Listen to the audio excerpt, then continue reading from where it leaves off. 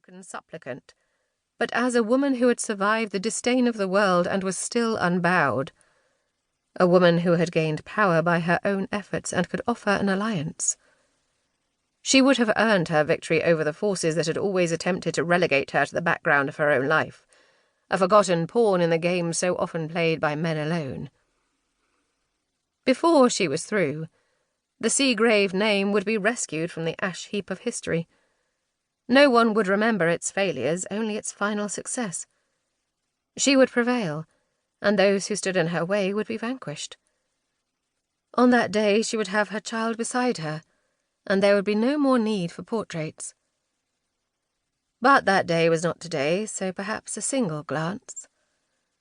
Smoothing her skirt, she locked the office door before retrieving the tiny gold-framed canvas from her desk and gazing anxiously into its guileless blue eyes. The eyes in the portrait shone with all the promise of youth alongside golden hair, an unlined face and a charming smile. She, too, had been that young, that naive, once upon a time. She'd been dazzled by the promises of an older man, promises of wealth and consequence, promises of a place by his side.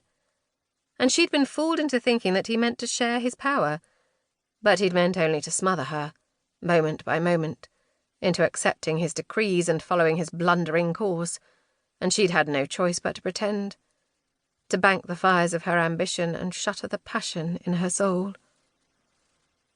For so many years she'd pretended to be something she was not, and those years had not come without price. As she gazed at the youthful portrait, she pressed a trembling finger to the lines beside her eyes, across her forehead, at the corners of her mouth. They seemed longer, deeper, than they had been only yesterday. She knew it was impossible, but the thought frightened her. Perhaps she would try a new beauty treatment to hold them at bay, at least until after the wedding. Though it wasn't as if her suitor would notice. He was strong, but gullible. Younger than she, but old enough to be desperate. He needed money. She needed a title. They were perfect for each other, and she expected his proposal any day now.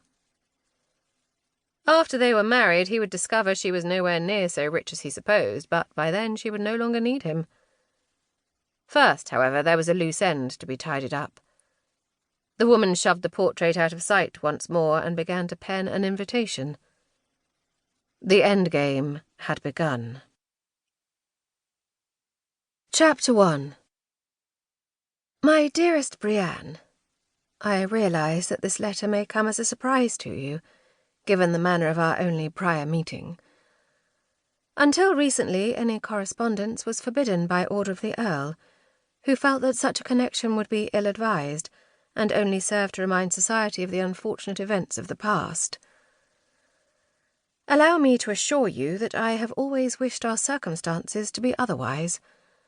Had your father not insisted that it was for the best, I would have had the privilege of bringing up our heir as a beloved member of one of Andar's most ancient and respected noble families. Our firstborn child should never have been deprived of the opportunity to learn of the duties and responsibilities of a proud heritage, and I feel that this lack has been one of my greatest failures as a mother. I very much regret the course of action to which your father persuaded me all those years ago, and beg you to believe that I wish very much to correct those errors which have led to the present state of our relationship. If you can find it in your heart to begin anew, I would feel privileged to have you as a guest in my new home near Camber. Crestwood is the name of the modest estate to which I have retired, in order to remain out of the public eye, and though it may prove disappointing to one now accustomed to the grandeur of Norley, I hope that this will not affect your intentions regarding an extended visit. It would be my pleasure to serve as your hostess for as long as your forbearance will permit you to stay. I have chosen to invite no one else during this time, as it is my fondest wish to spend the coming weeks correcting as many of my past failures as a mother as our time together will permit.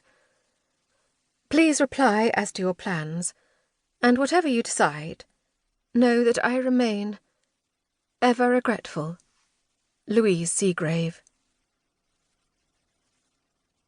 The force of the slamming door rattled the windows and made Countess Lisbeth Norrell look up from her desk with an expression.